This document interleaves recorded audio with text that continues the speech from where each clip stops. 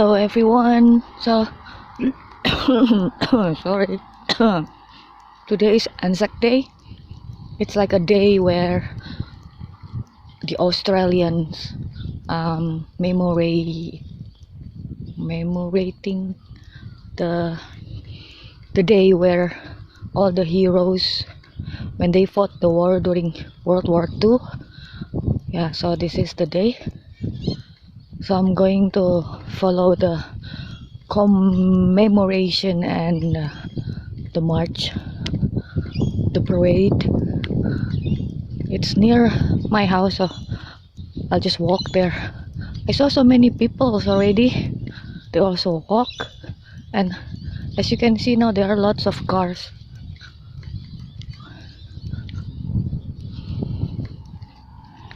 It's a nice day here now, but under the shade it's cold. The wind is blowing, freezing, but it's nice under the sun. So yeah, all you can see here that there are so many cars parked over there. I don't know, can you see? Maybe it's still too far. There are lots of people.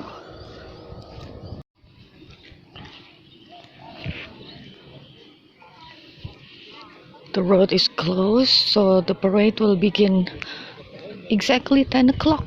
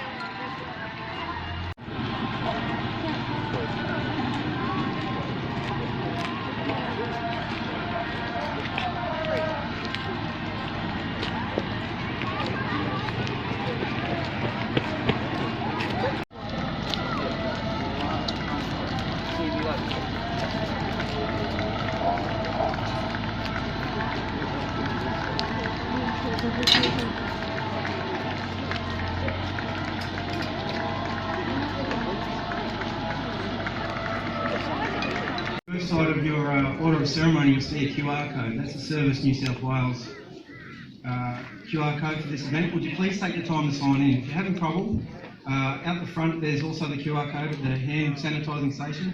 Just text me COVID and your name and I'll take care of that.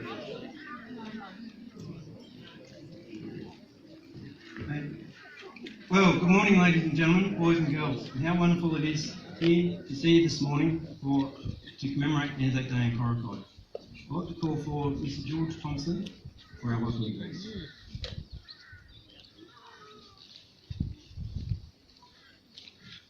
Thank you, Shane, and welcome everybody.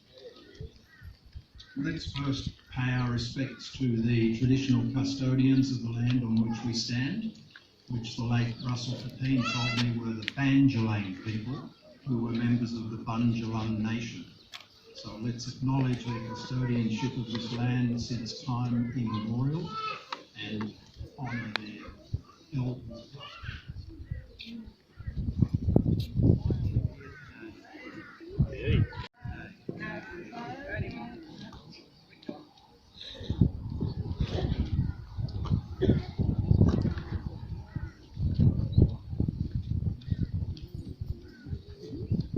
Ask ourselves why we're here today.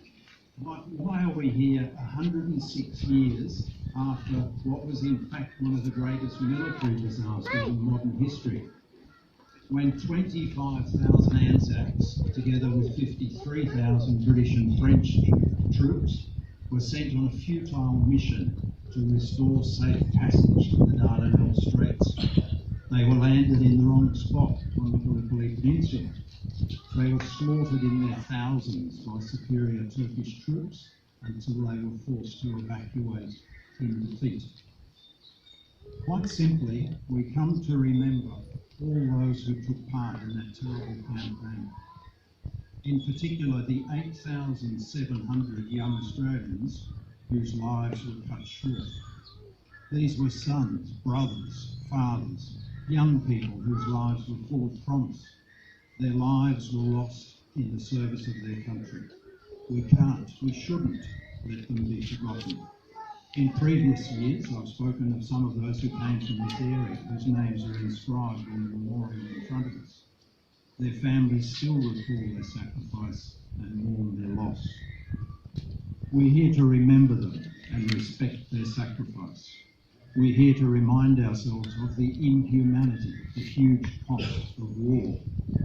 Casualty statistics alone can't convey the horrors of war. So let me tell you about a little-known aspect of the First World War, just to bring home to us what it was like for many of our servicemen in that war. Many of them, particularly from rural Australia, brought their horses with them. Many others teamed up with horses during their service. In fact, more than 122,000 horses went off to war. 11,000 survived. You can imagine the bonds that were formed between these horses and their owners during those years of hardship. The men expected those horses that survived would be repatriated home with them when they were demobilised at the end of the war. But as the departure date approached, the decision was taken that this would be logistically impossible. The troops were told, often only days before departure, that their horses would be left behind.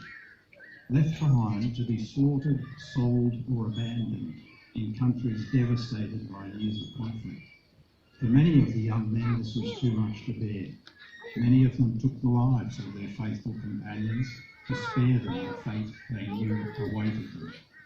I tell this story just to illustrate the sort of experiences endured by those who served in this war and to remind us again of their sacrifice and the cruelty of war. But on Anzac Day we remember the fallen, the wounded, all those who served in other wars in defence of our country and our way of life. We remember all those who fought in World War II and the 34,000 servicemen and women who lost their lives in that conflict. We remember those who fought in the Korean War, especially the 340 dead. We're fortunate to have a veteran of that conflict here with us today, Lyle Martin. Welcome, Lyle. We remember the 60,000 Australians who fought in Vietnam and the 521 who never came back. The Vietnam vets paid a double price for their service. They endured the trauma of a brutal war in the jungles of Vietnam. Then on return to Australia, they found the mood of the country had changed. For many years, their service was not honoured as it should have been. We're proud to have Vietnam vets with us here today, some of whom will be taking part in the ceremony. Welcome, gentlemen. And it's timely to remember the more than 21,000 Australians who served in the war in Afghanistan, which will officially come to an end in September this year. Whatever view we may have about the merits of that war, the fact is those Australians who fought there put their lives on the line to serve their country, to serve us, and 41 of them lost their lives doing so. I visited Afghanistan with the then Minister of Defence, whom I was working for at the time. It was Anzac Day 2010. At the Australian base at Count, we were given a demonstration by the Explosive Ordnance Disposal Team. These are the brave men who go out in front of the patrols to search for the deadly improvised explosive devices, the IEDs, which the Taliban laid along the roadways. They used probes to detect the IEDs, and when they found them, they deactivated them. This, as you would imagine, requires incredible skill and bravery. A couple of months later, I was with the Minister again at RAF Base Amber. He was there to pay his respects to the returning body of one of those who had demonstrated their skills for us at Taran Count. An IED he detected exploded before he could deactivate it. This really brought home to me the meaning of service and sacrifice and the true cost of war. So let's reflect on why we're here today, and when later in the service we're asked to repeat the words, "We will remember them," let's renew our commitment always to honour those who have served and never to forget those who have laid down their lives for us.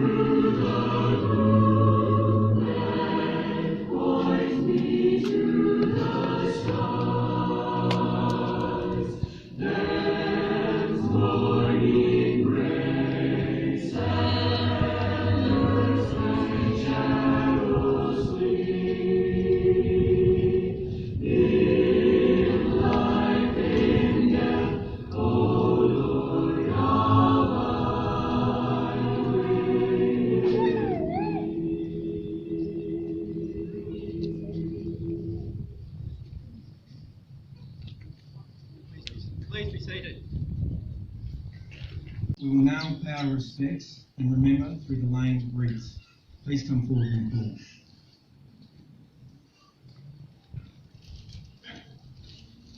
Deputy Mayor, Richmond Valley Council, Councillor Steve Morrison.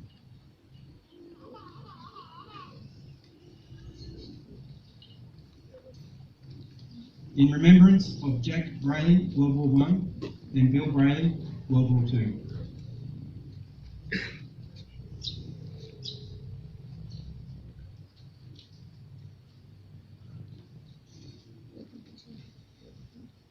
Mr. Billy Williams, British Commonwealth Occupational Force.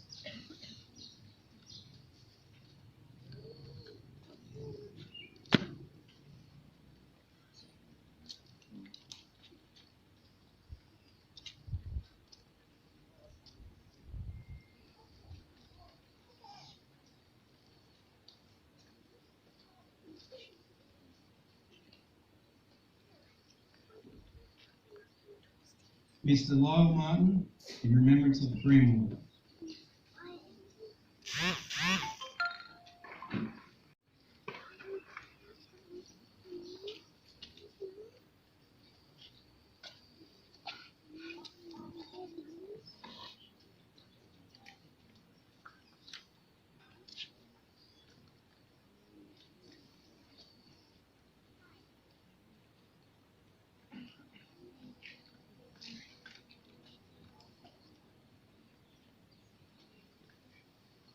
Mr. Dallas Ryan, in remembrance of the Vietnam War.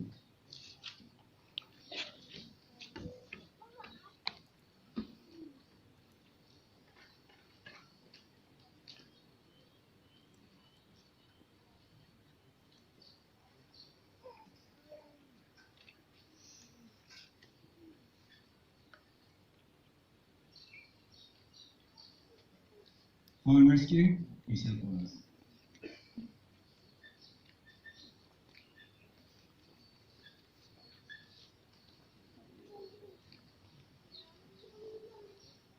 SES,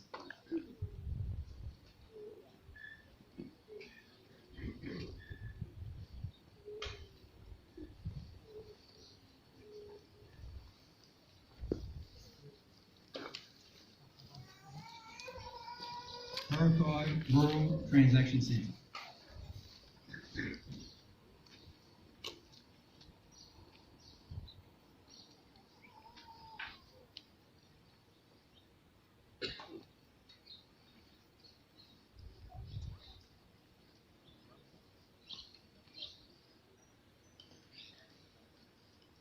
Australian Red Cross, Upper River Branch.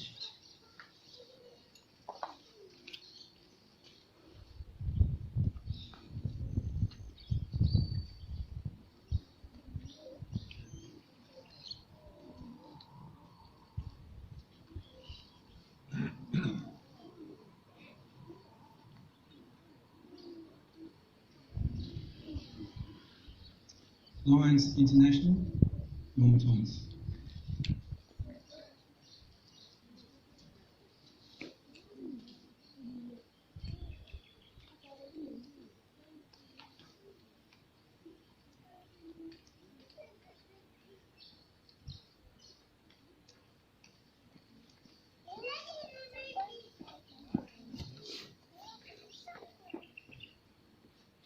Coraki Post Office.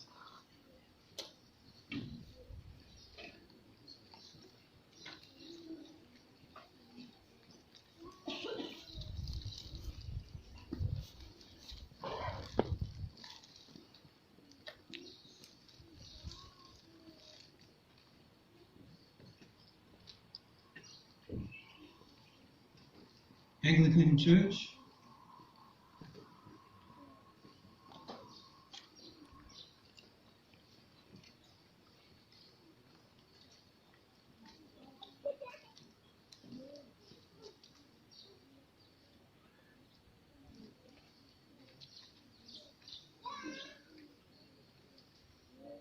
Coraki Museum and Historical Committee.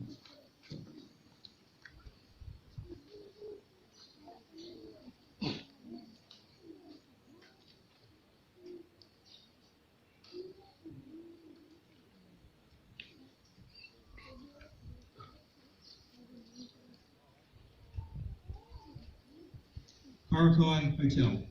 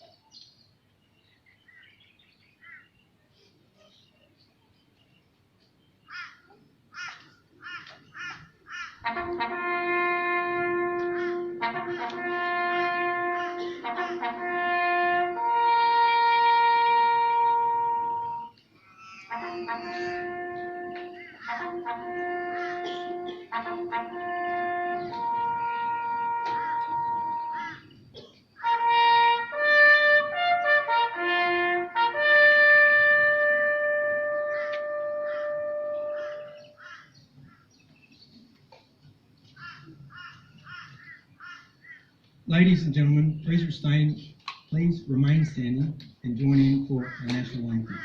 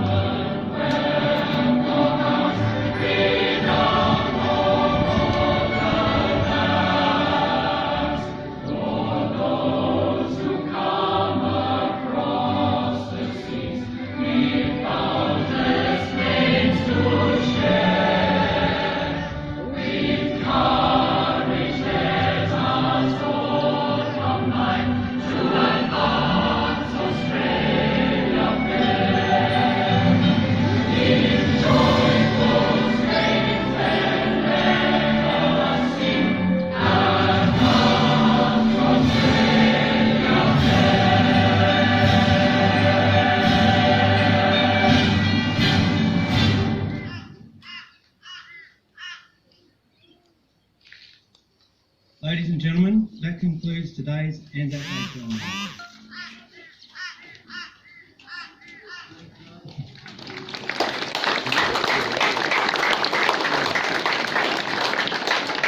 Ladies and gentlemen, we'd like to publicly thank the following for their support, because without it, Anzac Day would not be what it is. Patrick Parkinson, audio behind us. Fire and Rescue New South Wales, SES, St Joseph's Primary School, Coraki Rural Transaction Centre and Richmond Valley Council. Logistically, they provide the support I need to make this happen. Without that, it doesn't happen. Please remember COVID-19, and if you get the time to, register. Cuddle's still on bit. Would all our service personnel, past and present, please report to the Cenotaph for a group photo. Thank you very much.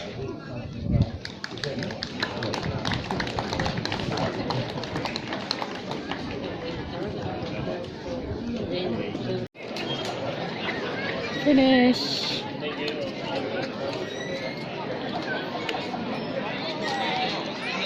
Okay, I'm walking home now. It's sunny here. I think my skin is getting darker and darker. Thank you for watching. I'll see you guys again on the next video. Bye.